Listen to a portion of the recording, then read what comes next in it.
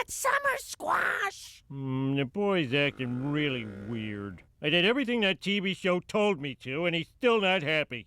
Well, maybe I shouldn't listen to a 30-year-old TV show that only got on the air because the creator had evidence the network president ran over a guy. Where's he going?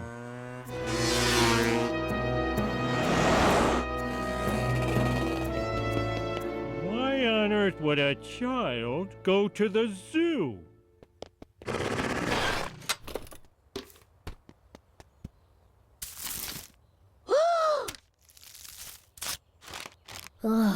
It's still here. Yes! I get the flash drive back and the manila envelope.